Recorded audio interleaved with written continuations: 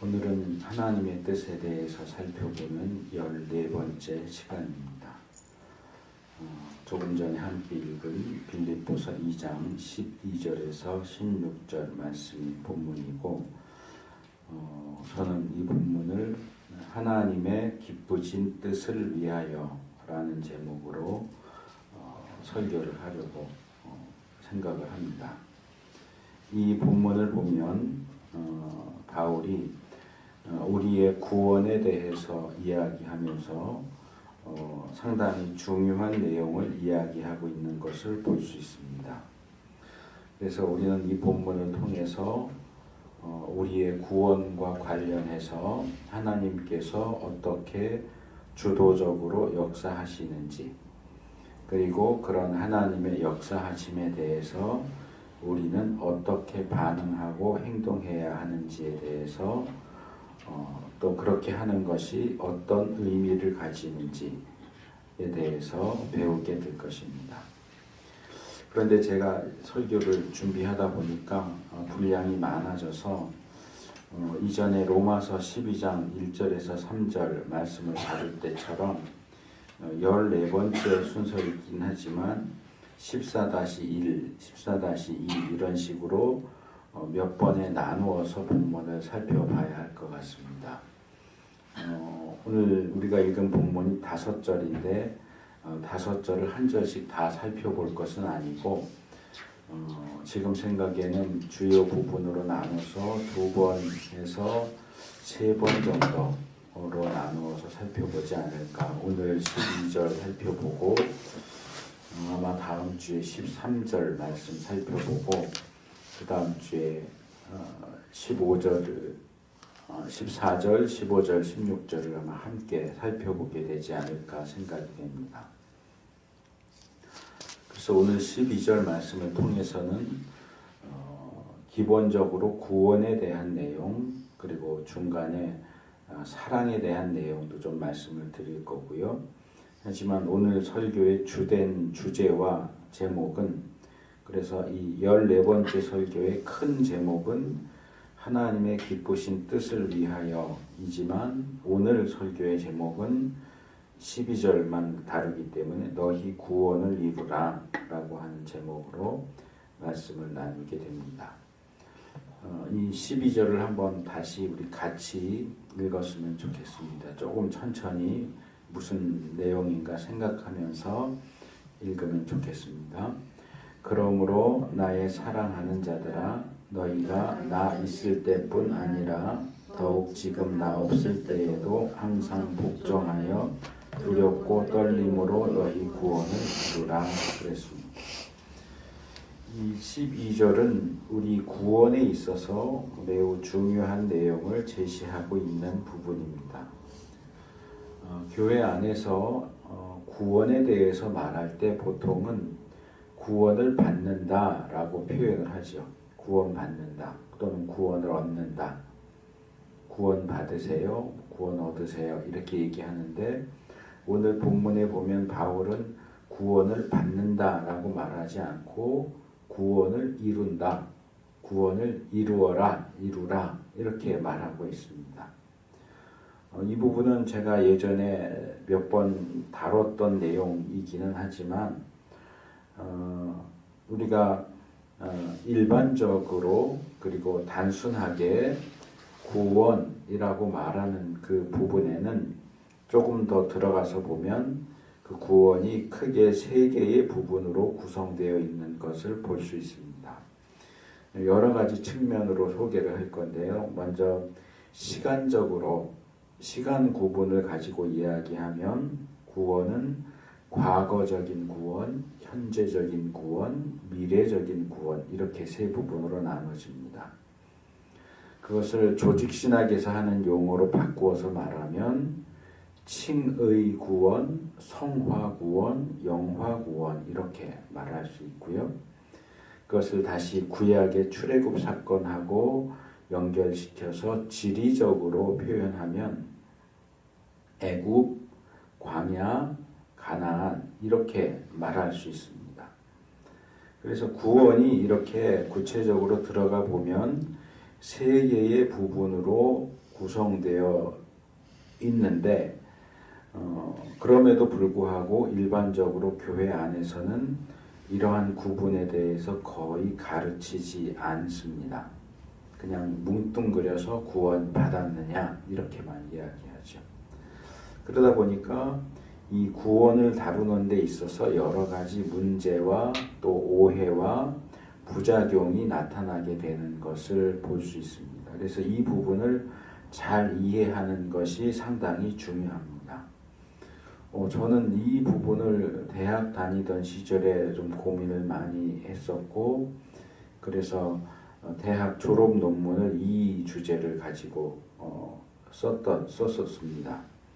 그래서 구원의 3C에 대한 내용, 죄의 문제와 관련해서 이 부분을 다뤘었는데, 불신자가 이제 이 세 가지 종류의 구분을 조금 더 구체적으로 설명하면, 불신자가 예수님을 진정으로 믿겠습니다 라고 그 신앙을 고백하는 순간 이 사람은 애굽에서 나오는 것이고 칭의 구원을 얻는 것이고, 의롭다함, 너 이제 의롭구나 라고 하는 칭의 구원을 얻는 것이고, 이제 예수님을 믿어서 그리스도인이 되어서 교회에 다니고 있다고 하는 점을 기준으로 해서 보면 그 사람은 이미 예수님을 믿겠습니다 라고 신앙을 고백했을 때에 과거에 이미 구원을 받았다 라고 말할 수 있습니다.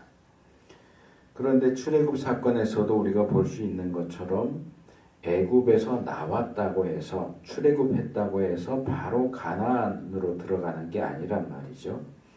그 중간에 광야라고 하는 과정이 있습니다. 마찬가지로 우리가 이 죄악된 세상에서 구원을 받았다고 해서 바로 하나님 나라에 들어가는 게 아닙니다. 우리가 들어가야 할 가나안 땅, 우리가 얻어야 할 영화 구원은 아직 우리의 미래에 놓여져 있습니다. 그리고 아직 우리는 그것을 소유하고 있지 않죠. 그게 미래적인 구원입니다.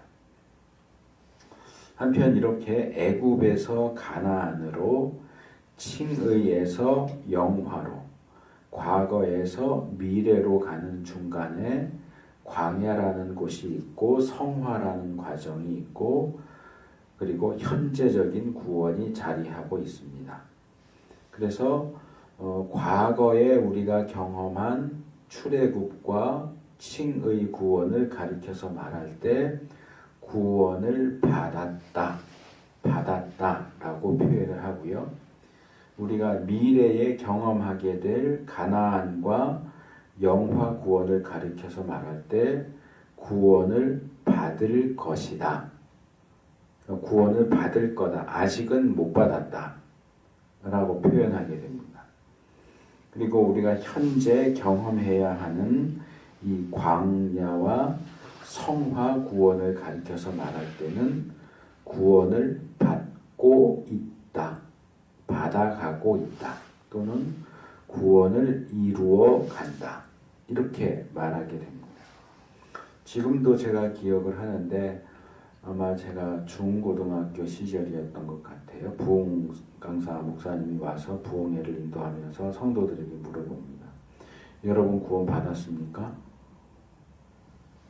그랬더니 그렇다고 하는 사람도 있고 아니라고 하는 사람도 있고, 그러니까 이 부분에 대해서 명확하게 개념이 잡혀 있지 않다 보니까 목사님들 가운데서도 또 성도들 가운데서도 그런 혼동이 일어나는 거예요. 말을 이리 꼬고 저리 꼬면서 아직 천국에 안 들어갔는데 어떻게 구원받았다고 할 수 있느냐, 그렇게 말했다가 그럼 아직 받지 못한 것 같은데요. 그러면 예수 믿었는데 왜 구원을 아직 못 받았다고 그러냐, 또 이랬다가 왔다 갔다 무슨 성도들을 놀리는 것도 아니고 이 과거의 구원과 현재적인 구원과 미래적 구원을 구분하지 않고 설명하지 않고 이쪽으로 쳤다가 저쪽으로 쳤다가 이 설교를 듣는 성도들을 괜히 곤란하게 만드는 그런 모습을 본 기억이 있습니다. 이 부분을 분명하게 아까도 말씀드린 것처럼 구원이 과거적인 측면도 있고 현재적인 측면도 있고 미래적인 측면도 있다. 이걸 얘기를 해줘야 되는데 과거 얘기하다가 예 받았습니다. 그러면 미래를 끌어와가지고 아직 안 받았는데 뭘 받았다 그러냐 또 이러고 미래를 얘기하면서 이제 받을 겁니다. 그러면 과거를 끌고 와서 믿었는데 왜 구원을 아직 못 받았다고 그러냐 이러고 까고 이건 아주 잘못된 겁니다. 그러니까 성도들이 자기 구원에 대한 명확한 이해를 가지지 못하는 거예요. 내가 받은 건가? 구원을 받은 건가? 받아야 되는 건가? 그럼 나는 구원을 받은 건가? 어쩐 건가? 이런 부분에 혼란이 상당히 심합니다. 그것이 또 죄의 문제와 관련돼서 얘기하면 영화 구원은 우리가 완전히 영화롭게 되는 것이기 때문에 죄를 짓지 않게 되겠죠. 그걸 현재로 끌고 와서 당신 죄 져 안 져? 그러면 죄 안 짓는 사람이 어디 있어요? 그러면 구원 못 받았다고 또 그럽니다. 그러면 못 받은 것 같은데요? 그러면 또 믿음을 끌고 와서 예수 믿었는데 왜 못 받은 것 같다고 그래? 또 이럽니다. 그런 말장난은 하면 안 됩니다. 성경이 뭘 얘기하는지를 명확하게 가르치고 분명한 구원에 대한 개념을 갖도록 도와줘야지 가지고 놀면 안 돼요. 그래서 이 부분을 분명하게 이해하는 것 굉장히 중요합니다.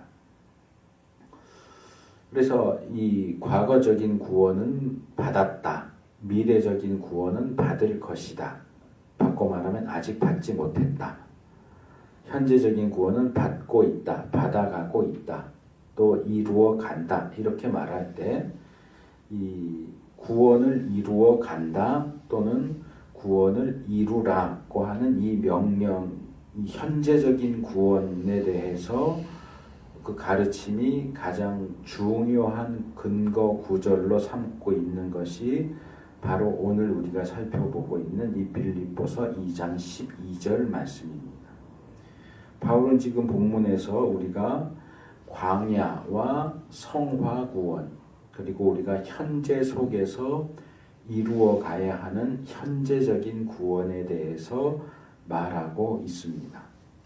그리고 이 현재적인 구원에 대한 이야기를 꺼내면서 본문에서 세 가지 내용을 덧붙여서 이야기하고 있죠.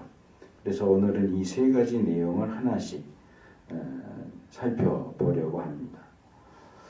첫 번째는 그러므로 나의 사랑하는 자들아 라고 하는 표현입니다.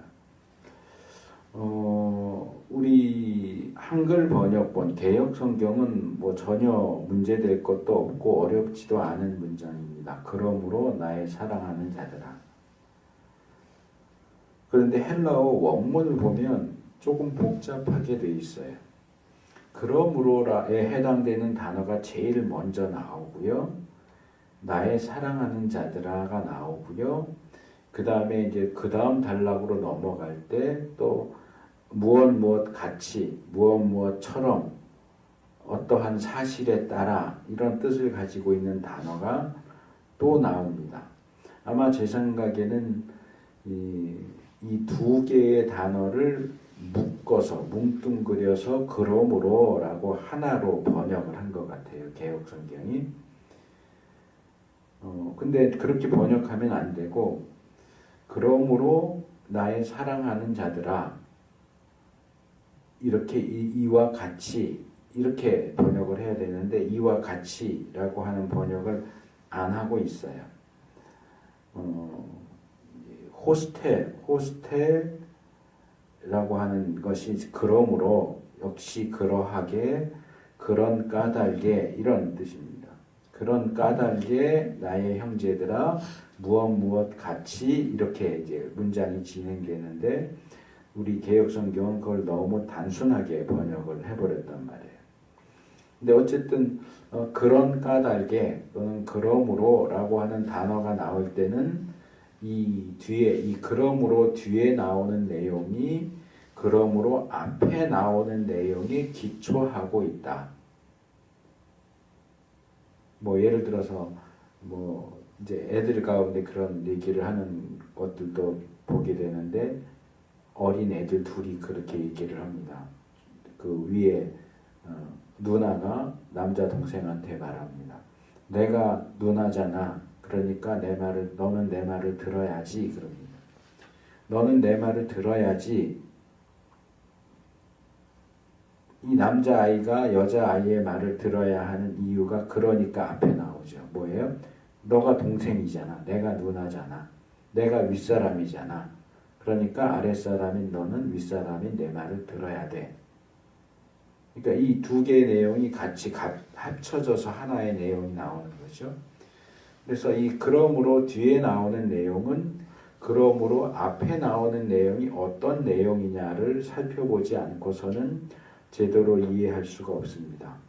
그래서 이 그러므로 뒤에 나오는 내용을 제대로 이해하려면 그러므로 앞에 나오는 내용을 살펴봐야 되는데 그 앞에 내용을 계속 갈 수는 없고 2장 부분에서만 보면 2장 1절에서 4절 말씀을 보면 그리스도인들이 어떻게 한 마음으로 겸손하게 서로를 섬겨야 하는가 하는 내용이 1절에서 4절에 나오고요. 그 다음에 5절에서 11절은 예수 그리스도를 그렇게 겸손하게 섬기는 분의 어떤 모범 또는 샘플로 제시하고 있는 것을 볼 수 있습니다. 그러니까 이런 이야기의 흐름을 풀어서 말하면 이런 거죠. 첫째, 그리스도인은 한 마음으로 서로를 섬기고 세워줘야 한다. 둘째, 그 일에 있어서 예수님이 우리의 모범이 되시는데 그분은 겸손히 자기를 낮추시고 비우셔서 죽기까지 복종하심으로 하나님의 뜻을 이루셨다. 셋째, 그러므로 그런 점을 생각할 때 우리도 예수 그리스도의 마음을 본받아서 두렵고 떨림으로 우리 구원을 이루어 가야 한다. 이렇게 이제 내용이 진행된다고 하는 겁니다. 바울은 이제 이 교훈을 이야기하면서 나의 사랑하는 자들아 라고 하는 표현을 쓰죠. 나의 사랑하는 자들아. 사실 이 바울의 편지들을 읽어보면 여러 곳에서 자기의 편지를 받는 교회들과 사람들을 향해서 이 사랑한다, 사랑하는 자들아, 또 사랑하는 형제들아 이런 표현을 쓰고 있는 것을 볼 수가 있습니다. 로마서에, 고린도전서에, 고린도후서에, 디모데후서에 이 표현이 나옵니다. 그런데 저는 이 빌립보서에 나오는 이 나의 사랑하는 자들아 라는 표현은 우리가 다른 서신서, 다른 교회들에게 이야기하고 있는 것과는 조금 다르게 봐야 된다. 그냥 이 표현이 나오느냐 나오지 않느냐만 가지고 따져서는 안 되고 조금 더 깊이 파고 들어가서 생각할 필요가 있는 표현이다 라고 생각을 합니다. 바울이 쓴 편지들 가운데는 그 편지를 받는 교회나 성도들에게 사랑하는 자들아 라는 표현이 나오지 않는 경우들도 있어요. 아까 제가 말씀드린 것처럼 그런 표현이 나오는 것은 로마서, 고린도전서, 후서, 디모데후서 그리고 이 빌립보서 밖에 없어요. 그러면 예를 들어서 에베소 교회에 쓴 편지, 골로새 교회에 쓴 편지는 사랑하는 자들아 라는 표현이 안 나왔다. 그러면 바울은 에베소 교회나 골로새 교회는 사랑하지 않았느냐? 그렇게 말하기는 어렵죠. 그래서 이 단어가 나오느냐 안 나오느냐만 가지고 따질 수는 없고 뭐 똑같은 단어가 나오니까 똑같다 이렇게 말하기도 어려운데 이 빌립보서에는 바울이 빌립보 교회와 성도들에 대한 더 진한 사랑을 표현하는 구절이 한 곳 더 나옵니다. 이 4장 1절입니다. 그러므로 나의 사랑하고 사모하는 형제들 나의 기쁨이요 면류관인 사랑하는 자들아 이렇게 얘기합니다. 제가 이야기하려고 하는 부분을 이해하려면 일단 기본적으로 바울이 빌립보서를 왜 썼는가를 아는 것이 필요합니다. 바울이 이 빌립보서를 쓴 목적이 뭘까요? 뭐라고 알고 있습니까? 좀 너무 단순하게 표현하는 것 같은 느낌이 있기는 하지만 저는 이렇게 말하고 싶어요. 빌립보서는 한마디로 말하면 영수증입니다. 영수증이에요. 빌립보 교회가 바울에게 선교 헌금을 보내준 것에 대해서 보내주신 헌금을 잘 받았습니다 라고 그것을 확인하는 확인서 내지는 영수증, 그리고 거기 앞뒤에 이렇게 해서 참 고맙다 하는 내용을 적어서 보낸 게 바로 빌립보서입니다. 보통 바울의 사역을 얘기할 때 텐트 메이커라는 표현을 씁니다. 이것을 이제 한글 또는 한문 표현으로 자비랑 선교 이렇게 말하죠. 그러니까 돈을 받지 않고 자기 스스로 일해서 비용을 충당하면서 하는 그런 선교 사역을 자비량 선교 또는 텐트 메이커라고 말하는데, 사실 이 텐트 메이커라고 하는 표현은 오해의 여지가 있습니다. 바울의 직업이 뭡니까? 기본적으로 사도입니다. 그리고 또 다른 직업이 뭡니까? 텐트 메이커, 텐트를 만드는, 천막 만드는 사람이다 이렇게 말하는데 아닙니다. 바울의 직업은, 그러니까 부업이라고 말할 수 있겠죠. 사도 빼면은 바울이 가지고 있는 기술은 가죽 기술입니다. 텐트 만드는 기술이 아니고 가죽 기술이에요. 그러니까 가죽 일을 하는 기술자입니다.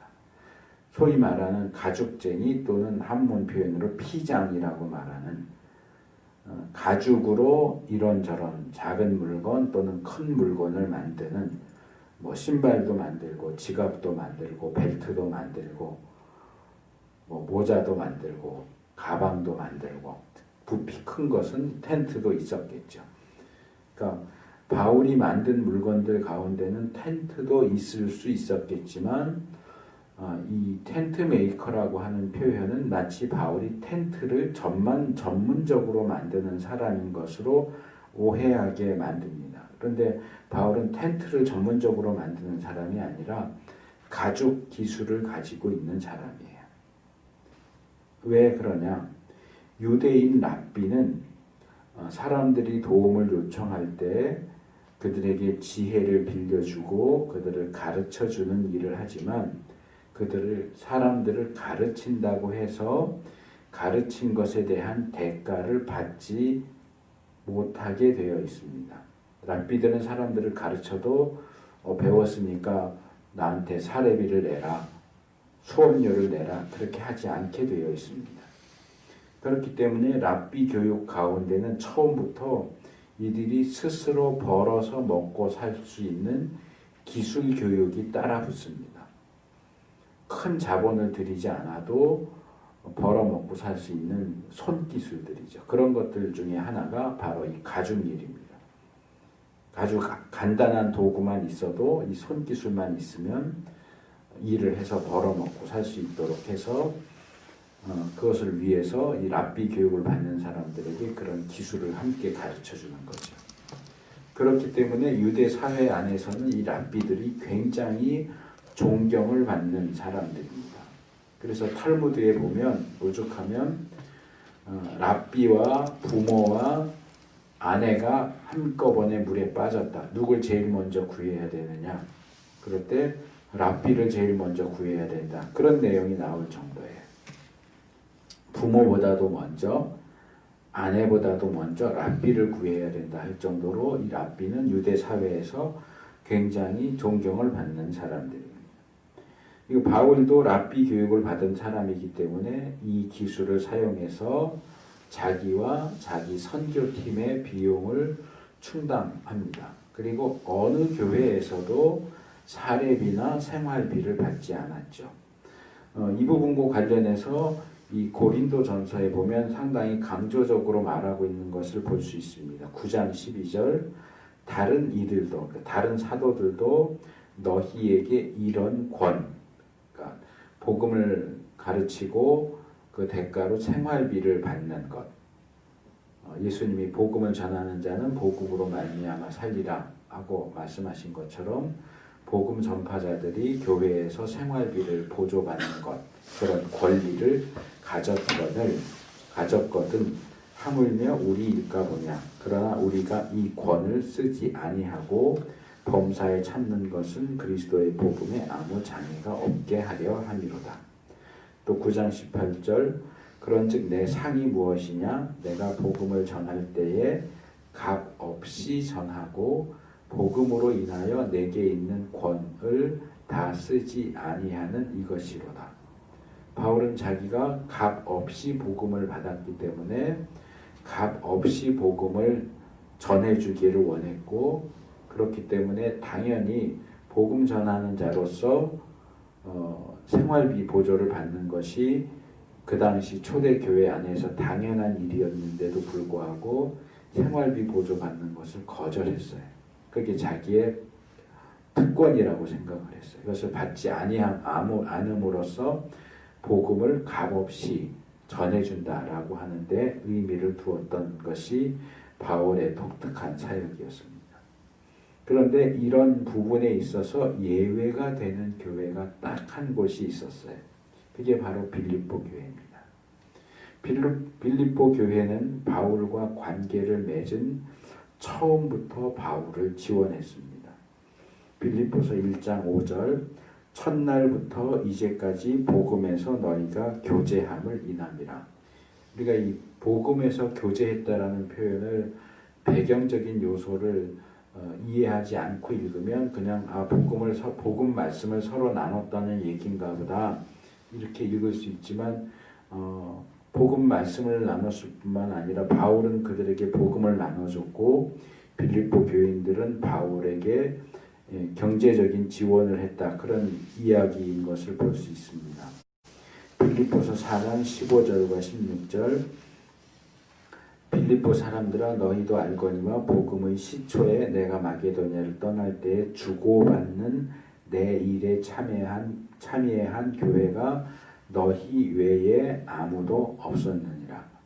데살로니가에 있을 때에도 너희가 한 번, 두 번 나의 쓸 것을 보내었도다.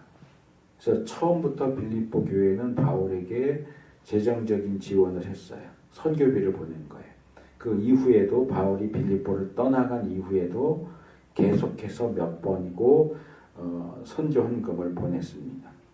바울은 다른 교회에서는 선교비 또는 생활비 받는 것을 거절했지만 어떤 이유에선지 빌립보 교회의 선교 헌금에 대해서는 거절하지 않았습니다. 그리고 중간에 어떤 이유인지 모르지만 바울에 대한 빌립보 교회의 선교 후원이 끊겼다가 다시 헌금을 보냈습니다.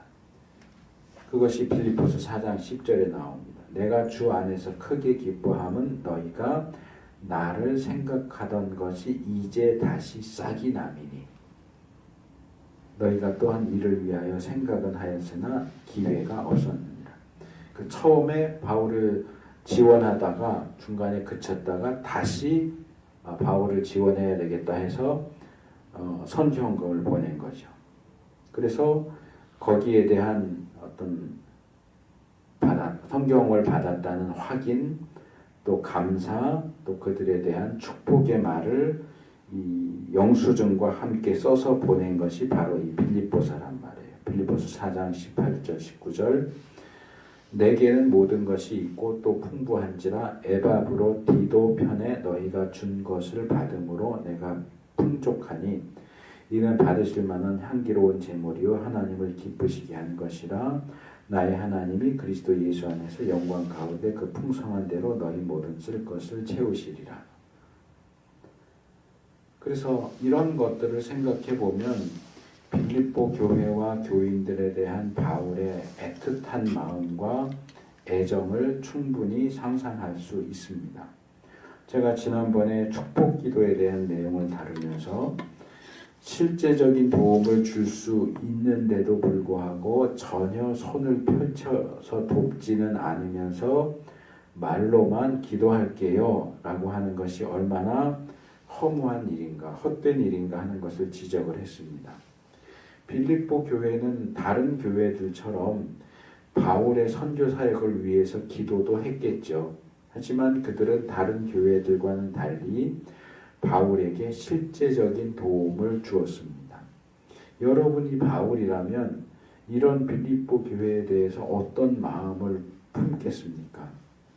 그래서 저는 이 다른 교회들에도 이 사랑한다, 사랑하는 자들아 라는 표현이 사용되었지만 이 빌립보 교회에 대해서 사용된 이 표현은 좀 다르고 특별하지 않겠느냐라고 말씀을 드리는 겁니다. 그래서 저는 우리가 또 우리 교회도 정말 도움을 필요로 하는 이들에게 실제적인 도움을 줄 수 있게 되기를 축복합니다. 그 다음에 두 번째로 너희가 나 있을 때뿐 아니라 더욱 지금 나 없을 때에도 이렇게 얘기합니다. 여기서 바울은 두 가지 경우를 얘기하죠. 하나는 나 있을 때이고 하나는 나 없을 때입니다. 여기 나 있을 때라고 번역된 단어가 파루시아라고 하는 단어인데요. 이 파루시아는 기본적으로 가까이 존재한다. 이렇게 옆에 있다 그런 데 말하죠. 옆에 있다.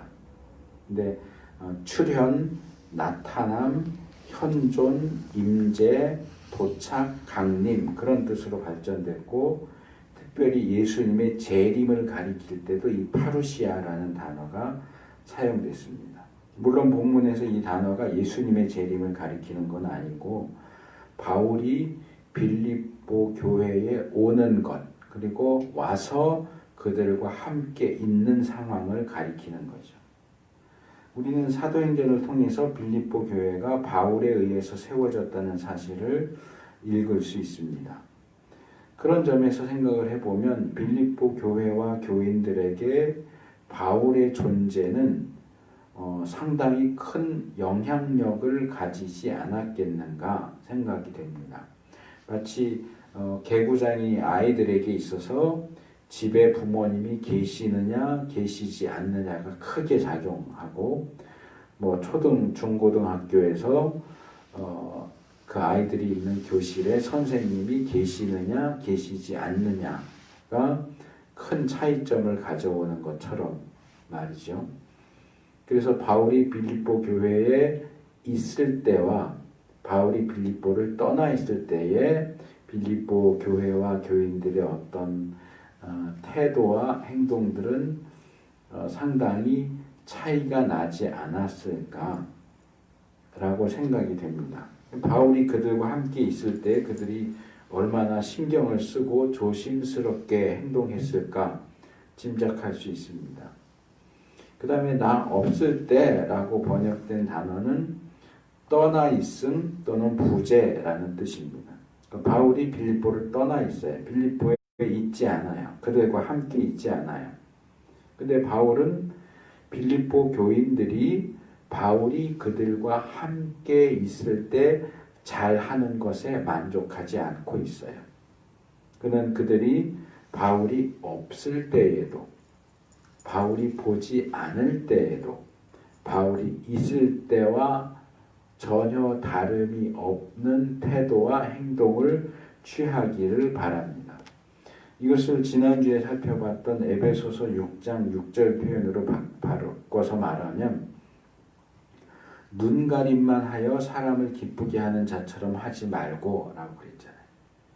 볼 때만 잘하지 말고 보지 않을 때도 좀 잘해라. 볼 때만 아첨하고 그러면서 열심히 하는 것처럼 하고 안 볼 때는 게으름 피고 그렇게 하지 말아라. 내가 있을 때는 열심히 하는 척하고 내가 없을 때는 게으름 피고 그러지 않았으면 좋겠다.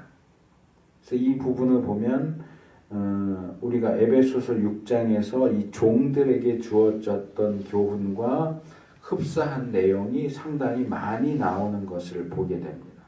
거기 사용되었던 단어들이 상당수 여기 나옵니다. 이 세 번째 부분을 보면 항상 복종하여 두렵고 떨림으로 너희 구원을 이루라 그랬습니다.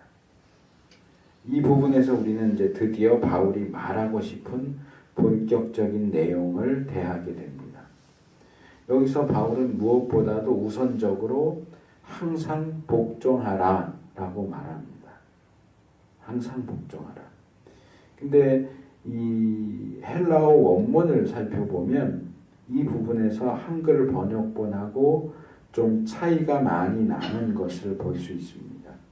헬라어 원문을 보면 이 항상 복종하라라는 말이 얼마나 강조되고 있는가 하는 것을 분명하게 볼 수 있습니다.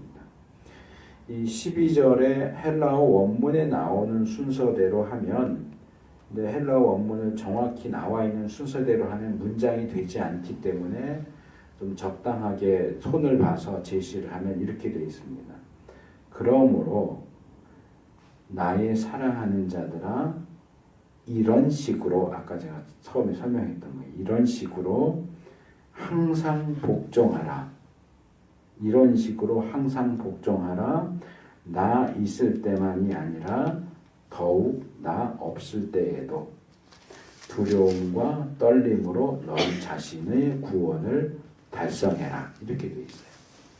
근데 여기 항상 복종해라가 우리 성경에는 항상 복종하여 두려웠고 떨림으로 이렇게 연결이 되어 있지만 헬라어 원문에는 항상 복종하여가 앞으로 뚝 떨어져 나와 있어요. 그러므로 나의 사랑하는 자들 항상 복종해라. 그 다음에는 나 있을 때만이 아니라 나 없을 때에도, 그리고 두려움과 떨림으로 너희 구원을 이루어라. 이런 식으로 되어 있단 말이에요. 그래서 한글 번역본은 우리가 읽기도 쉽고 이해하기도 쉽도록 잘 번역이 되어 있기는 하지만 헬라어 원본이 이 항상 복종하여를 상당히 강조적으로 표현하고 있다는 것은 전혀 드러내주지 못하고 있어요. 그래서 이 헬라어 원문이 강조하고 있는 부분에 주목해서 표현한다면 바울은 자신이 있거나 말거나, 아니 더 나아가서 자신이 없을 때에는 더더욱 이 복종하는 일에 더 주의를 기울이라고, 그렇게 항상 변함없는 복종의 태도를 취하라고 말하고 있습니다. 그리고 개역이 바로 이어서 번역한 것처럼 복종하는 자의 자세가 어때야 되느냐, 두려움과 떨림으로 라고 하는 내용은 뒤에 따로 떨어져서 나온다는 거죠. 그래서 두려움과 떨림으로보다 복종하여, 항상 복종하여가 훨씬 더 강조되고 있다는 사실을 기억할 필요가 있습니다. 이 복종, 휘파쿠오라고 하는 단어는 지난주에도 제가 종들에 대해서 이야기하면서 말씀을 드렸지만 다시 한번 소개를 합니다. 그것은 기본적으로 아래에서 듣는다 그런 뜻입니다. 저기 콩인지 뚱인지 개가 밑에 앉아 있는데 사람이 야 너 저기 가, 뭐 일어나 앉아 이렇게 할 때 개는 사람보다 아래에서 말을 듣죠. 그거는 위치적으로도 아래이고 사람이 주인이고 개는 주인이 아니에요. 주인보다 밑에 있죠. 그러니까 여기서 아래에서는 위치상으로나 그런 관계상에서나 그 모든 것들을 포괄하는 겁니다. 아래에서 들을 수밖에 없습니다. 아랫사람이니까. 아랫사람으로서 자기의 위치와 의무를 분명하게 자각하고 있는 상태에서 윗사람의 말과 지시와 명령을 주의 깊게 듣고 유의해서 따르는 것이 바로 복종이다 하는 겁니다. 본문에서는 이들이 주의 깊게 들어야 하는, 듣고 따라야 되는 대상이나 명령이 나오지는 않죠. 그런데 본문의 전반적인 분위기와 문맥을 고려하면 이들이 복종해야 하는 대상이 기본적으로 사도 바울이다.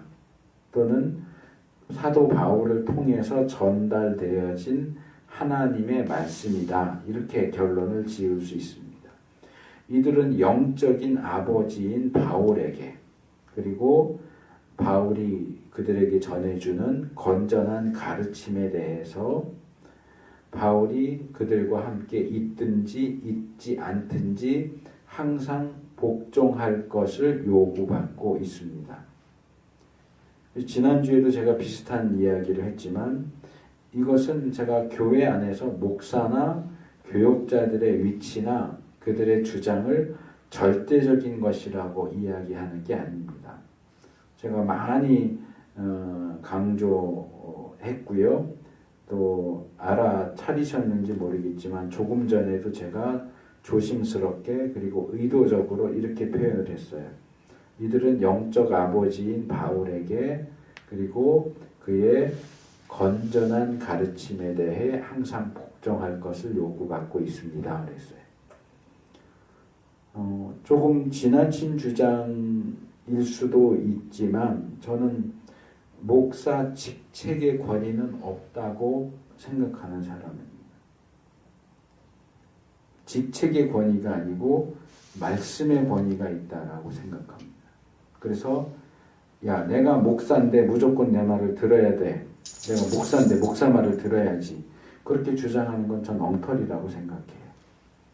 그 목사가 하나님의 말씀을 옳고 건전하게 가르칠 때 그것을 따르는 것이지 목사가 말했기 때문에 무조건 따라야 된다? 아니요. 그건 성경적이지 않아요.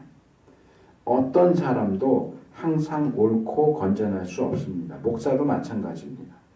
오직 하나님과 그분의 말씀만이 항상 옳고 건전합니다. 비록 부족하고 연약하더라도 그가 하나님의 말씀의 진리 위에 든든하게 서서 그 말씀을 옳고 건전하게 제시하는 한도 내에서만 그의 권위가 말씀의 권위 위에서 인정될 수 있는 것이지 그의 어떤 가르침이나 주장과 지시사항이 말씀의 권위 위에 서 있지 않다면 그의 권위는 주장될 수도 없고 인정되어서도 안 됩니다.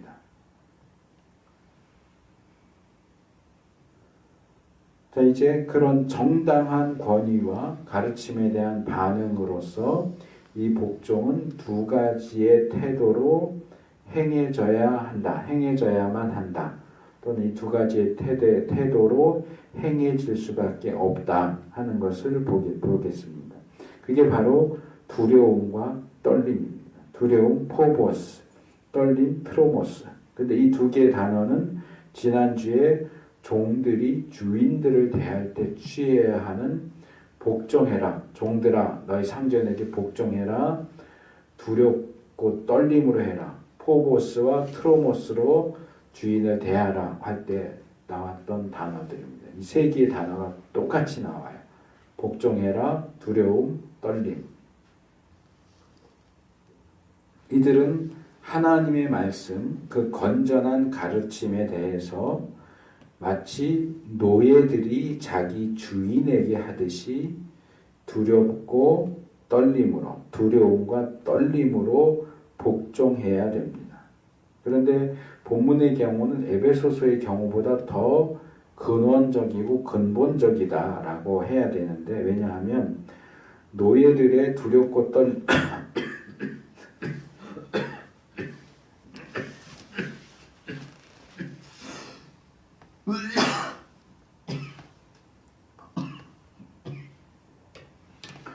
노예들이 주인에게 하는 두렵고 떨림으로 하는 복종은 하나님께서 세워주신 권세, 즉 2차적인 권위를 대상으로 하는 것이라고 한다면, 본문에서 이야기하는 것은 그 모든 권위의 근원이 되시는 하나님 자신과 하나님 자신의 말씀을 대상으로 하는 것이기 때문에 더 근원적이고 근본적이라고 말하는 겁니다.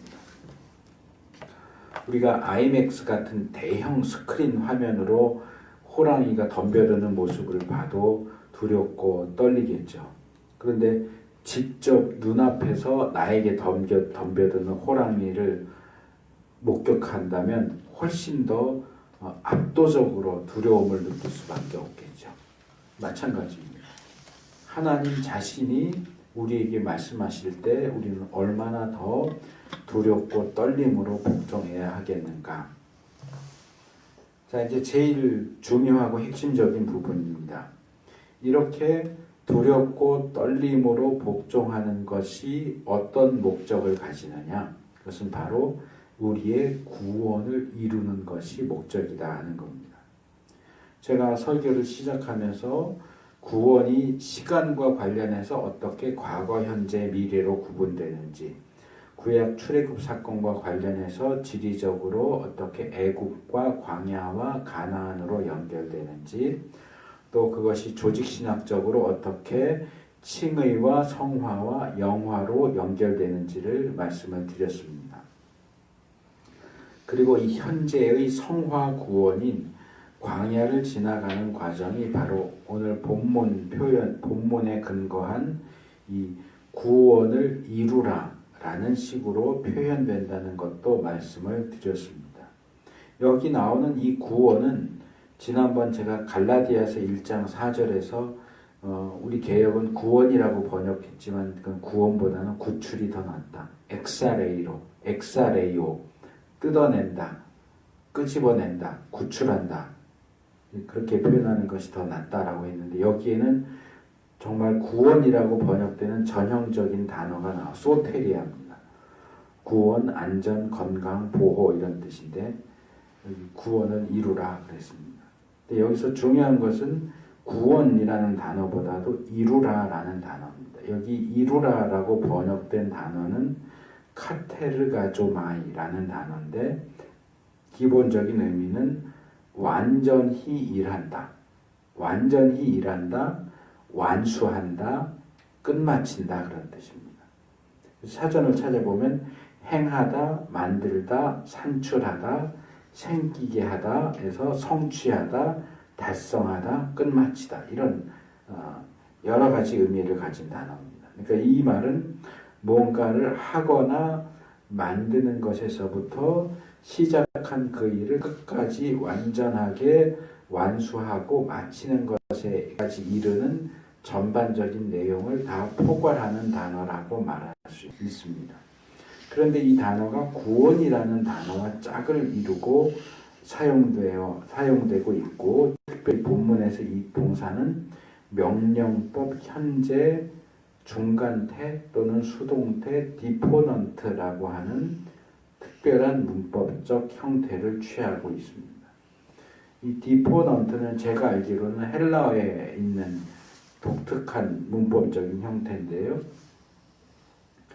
행위의 주체와 객체가 같을 경우에 사용되는 문법적인 형태입니다. 그러니까 내가 행동을 한다는 능동, 내가 누군가가 나한테 뭔가 행동을 한다 하면 수동, 그런데 내가 행동을 하는데 내가 나한테 행동을 하는 거예요. 그러니까 내가 예를 들어서 진경이를 칭찬해 준다. 그러면 제가 능동, 진경이는 칭찬을 받는 수동인데 내가 나를 칭찬하는 거예요. 이게 이제 이 중간태 내지는 디포넌트라고 하는 문법적인 형태입니다. 그러니까 칭찬하면 머리 쓰다듬어 주잖아요. 그럼 상대방이 머리를 쓰다듬어 주든가 상대방이 내 머리를 쓰다듬어 주든가 해야 되는데 내가 내 머리를 쓰다듬어 주는 게 이 중간태 내지는 디포넌트의 형태인 거죠. 그러니까 본문의 경우 여기 나오는 표현은 너희는 너희 자신이 구원받도록 하는 그 일을 행해라. 너희 자신의 구원이 발생하도록 해라. 너희 자신의 구원이 완성되도록 해라. 완전히 달성되도록 해라. 라고 명령하고 있는 내용이죠. 그런데 본문을 이렇게 읽으면 신앙적이고 신학적인 문제가 발생합니다. 왜냐하면 세상에 어떤 인간도 자신을 구원할 수 없다라고 하는 것이 성경과 우리 기독교의 가르침이기 때문입니다. 어떤 인간도 스스로를 구원할 수 없어요. 그런데 본문에서 바울은 너 자신을 구원해라 라고 말하고 있는 거예요. 바울이 구원에 대한 가르침을 잘 몰라서 이런 말을 하는 것일까? 그런데 기독교의 구원에 대한 가르침의 가장 기본적인 뼈대와 내용들이 사실은 바울에게서 나왔단 말이에요. 그러니까 바울이 기독교의 구원에 대해서 잘 몰라서 이런 소리를 한다라고 말할 수가 없단 말이에요. 바울의 이 말이 구원에 대한 기독교의 가르침에 위배되는 내용이다라고 말할 수 없습니다. 이것은 기독교의 정통적인 구원론의 범주 안에서 그것을 보충 내지는 보완해주는 내용이다라고 그렇게 읽어야 합니다. 그런 방식의 한 예가 제가 설교 초반에 제시한 것처럼 구원을 시간의 흐름과 관련해서 과거적 구원과 현재적 구원과 미래적 구원으로 보는 거죠.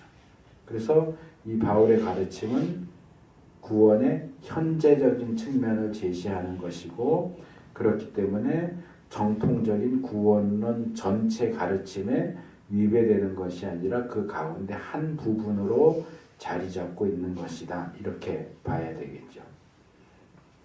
근데 그래도 좀 더 부연 설명이 필요합니다.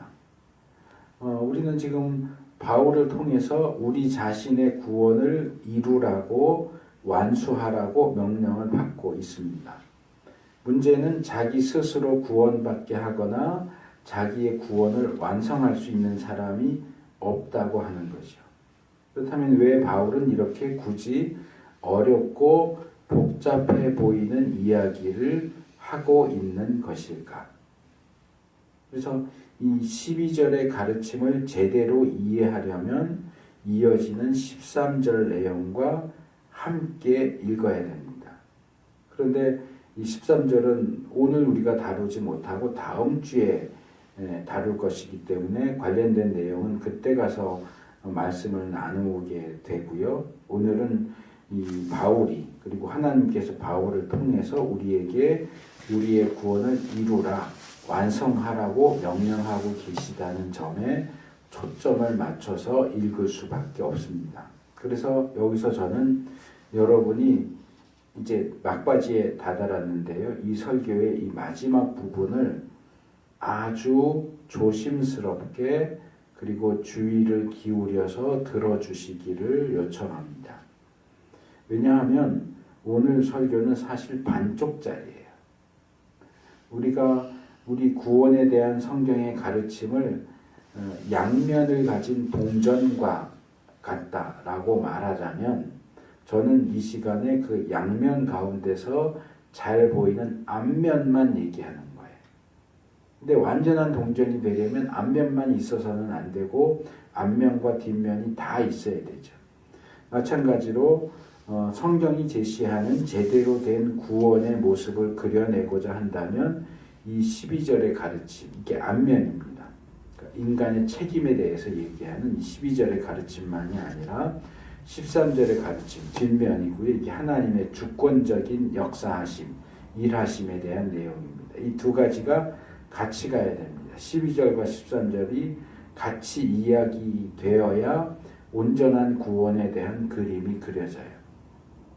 그래서 지금 말씀드리는 이 부분은 제가 다음 주에 다루게 될 13절에 대한 내용과 짝을 이루어서 함께 듣고 이해해야만 비로소 온전한 구원에 대한 그림으로 나온다 하는 점을 기억하시고 오늘은 그 중에 한 부분만 얘기하는구나 라고 생각하고 들으셨으면 좋겠어요.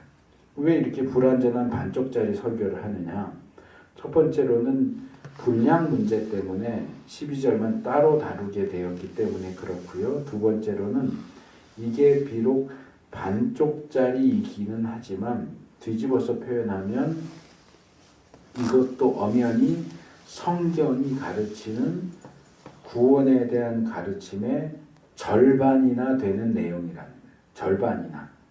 반밖에 안 된다, 반이나 있다, 이런 것처럼 반쪽짜리는 좀 낮추어서 보는 입장이라면 절반이나 된다는 것은 그 비중을 좀 더 높게 보는 건데, 이게 구원에 대한 가르침의 절반이나 차지하는데도 불구하고 오늘날 한국교회 안에서, 꼭 한국교회만 그렇다고 생각하지는 않지만 한국교회 안에서 너무나도 무시되고 마치 존재하지 않는 것처럼 투명인간처럼 취급되고 있기 때문에 그렇습니다. 그래서 저는 이 시간에 이 부분을 좀 더 강하게 이야기를 해야 되겠다라고 생각을 하는 겁니다. 그래서 이 부분을 감안하고서 이 마지막 부분을 좀 더 주의 깊게 들어주시면 좋겠습니다. 그래서 이 구원을 이루라라고 하는 이 명령을 조금 다른 시각에서 표현한다면 이것은 우리가 우리의 구원에 대해 책임이 있다라고 말하는 것으로 읽을 수 있습니다. 스스로의 구원에 대해서 너무나도 무책임하게 나는 몰라, 뭐 어떻게든 되겠지, 이런 식의 태도를 취해서는 안 된다고 하는 겁니다. 책임감을 가지고서 자기의 구원 문제에 직면할 것을 요구하는 말씀이란 말이에요. 이러한 요구는 구원은 오직 은혜로 받는다라고 말하면서 자신의 구체적이고 실제적인 삶 속에서의 거룩과 성화는 내팽개쳐버린 오늘날 소위 신자라고 하고 교회라고 하는 껍데기들, 알맹이는 없이 껍데기만 가지고 있는 그들에게 정말 강력하게 들려져야 하는 교훈이고 경계의 말씀이라고 하는 겁니다.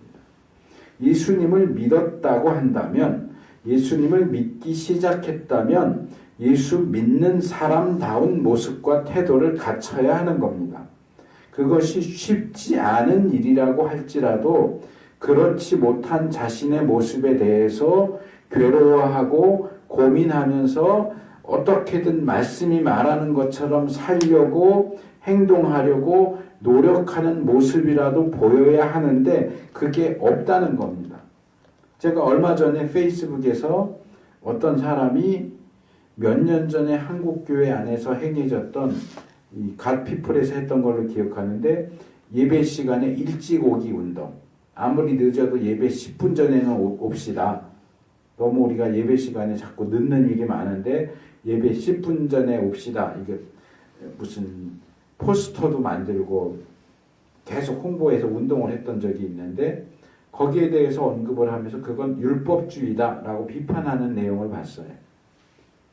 그 글에 여러 사람들이 답글을 달았는데 10명의 8명은 그거는 개인의 자유와 자율을 해치는 나쁜 운동이었다, 율법주의다, 이렇게 답글을 다는 것을 봤어요. 그거는 율법이고 은혜에 맞지 않는다는 겁니다. 율법주의라는 겁니다. 여러분들은 어떻게 생각하십니까? 저는 그 내용을 보면서 참 별 거지 같은 얘기들을 하고 앉았네 하고 생각을 했어요. 대답해 보세요. 성경이 우리의 자유와 자율을 하나님께 대한 순종과 경외보다 더 중요하다고 얘기합니까? 어떻게 하나님께 예배 드리겠다고 하는 사람들이 예배 시간을 소홀하게 할 수 있고, 예배 시간에 일찍 오든 늦게 오든 그건 각 개인의 문제지, 예배 시간에 늦는다고 뭐라고 하는 건 율법주의다라고 비난할 수가 있습니까? 이런 쓰레기 같은 생각이 교회 안에, 믿는다고 하는 인간들 안에 만연하니까 기독교가 욕을 먹을 수밖에 없지 않습니까? 교회가 어떻게 몰락하지 않을 수 있겠어요? 이 이야기를 하면서 제가 연결되어서 떠오르는 게 있어요. 제 모교회에 저보다 한 7, 8살, 정확한 나이는 모르겠는데 한 7, 8살 그 이상으로 나이가 많은 선배가 있어요. 이모 선배가 있는데, 제가 고등학교 때 여름성경학교 보조교사를 했었는데, 이 선배가 주일학교 교사로 있으면서 이렇게 길다란 막대기를 갖고 다니면서 예배 시간에 딴짓하고 기도 시간에 기도 안 하고 딴짓하는 애들을 이 뒤에서 이렇게 머리를 통통 때렸어요. 딴짓하지 말라고. 애들 사이에서 그 선생님이 뭐라고 불렸는지 아세요? 별명이 이마귀예요. 이시성의 마귀라고. 이마귀. 예배 시간에 막대기 가지고 아이들을 때리는 게 잘했다, 잘한 일이다라는 얘기를 하는 게 아니에요. 근본적인 잘못은 예배 시간에 딴짓하는 거죠. 근본적인 잘못은 기도 시간에 기도 안 하고 두리번거리고 딴짓하는 거예요. 그런데 자기들이 잘못한 근본적인 잘못은 무시하고 싹 다 무시하고 왜 머리통을 때리느냐? 저거 마귀다. 그게 말이 됩니까? 애들은 애들이어서 사리분별이 잘 안 되니까 그렇다고 쳐요. 죄송한데 제가 이 표현을 좀 꼭 써야 되겠는데요. 대가리가 큰 성인이라고 하는 인간들이, 작자들이 예배 시간에 늦는 자기들의 근본적인 잘못을 싹 다 무시해버리고 늦지 맙시다라고 운동하는 건 율법주의야 라고 비난하는 것은 말도 안 되는 얘기입니다. 쓰레기 같은 얘기입니다. 어떻게 그럴 수가 있냐? 아니 어떻게 예배 시간에 늦을 수가 있어요? 어떻게 예배 시간에 딴짓을 할 수 있어요? 왜 기도 시간에 기도 안 하고 딴짓해요? 왜 찬송 시간에 입 꽉 다물고 아무것도 안 하고 있어요? 그리고 그걸 지적하면 마귀짓이라고 그러고 율법주의라고 그래요. 뭐가 은혜입니까? 지 마음대로 할 수 있도록 내버려 두는 게 은혜입니까? 지 마음대로 개판치라고 놔두는 게 은혜예요? 누구 말대로 정말 한국교회는 그놈의 은혜가 다 망쳐놨어요. 그렇게 좋아하는 은혜에 대해서 바울이 뭐라고 얘기합니까?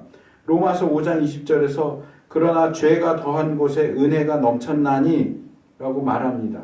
그러니까 가상의 존재가 이렇게 대꾸하죠. 로마서 6장 1절에서 9절은 좀 다르지만 제가 조금 형태를 좀 바꿔서 표현했어요. 그래? 죄가 더한 곳에 은혜가 많다고? 그럼 은혜를 더하게 하려면 죄를 많이 져야 되겠네? 라고 얘기해요. 그래서 바울이 뭐라고 얘기합니까? 아주 확고하고 분명하게 못 박아서 말하죠. 그럴 수 없느니라. 죄에 대하여 죽은 우리가 어찌 그 가운데 더 살리요. 무릇 그리스도 예수와 합하여 세례를 받은 우리는 그의 죽으심과 합하여 세례받은 줄을 알지 못하느뇨. 무슨 헛소리를 하는 거냐? 무슨 쓰레기 같은 소리를 하는 거냐? 너 정말 은혜가 뭔지는 알고서 하는 소리냐? 은혜가 죄 가운데 있는 것을 허락한다고? 은혜가 있으니까 네 마음대로 개판 쳐도 된다고? 너가 정말로 예수님과 함께 죽은 자라면 어떻게 그따위 소리를 할 수가 있느냐? 그 말이에요.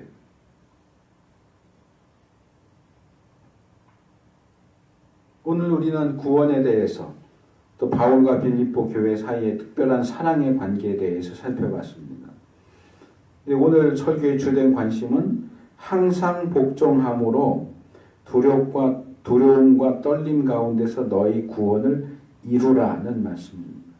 물론 구원은 전적인 하나님의 은혜로 받는 겁니다. 그런데 그 사실을 누구보다도 잘 알고 있고 누구보다도 가장 강력하게 가르친 바울이 그 사실을 모르는 것이 아닌데도 불구하고 그러한 사실을 전제로 하고 염두에 두고서 이 교훈을 이야기하고 있다는 사실을 명심해야 됩니다. 구원에 있어서 하나님의 은혜와 인간의 책임에 대해서는 제가 다음 주에 정리를 할 거예요. 제가 생각할 때에 바울이 이 말을 하고 있는 이유는 바로 오늘날 한국 교회처럼 은혜가 뭔지도 제대로 모르면서 은혜하고 은혜를 과도하게 주장하다가 은혜 때문에 망하게 되는 사람들 때문이에요. 하나님의 은혜는 인간의 책임을 없애버리지 않습니다.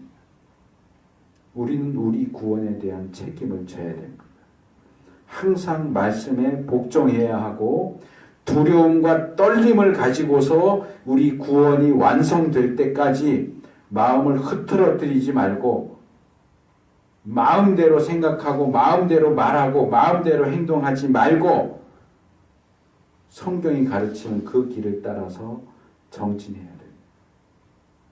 구원의 완성을 향해서 한 걸음 한 걸음 나아가는 우리가 될 수 있기를 바랍니다.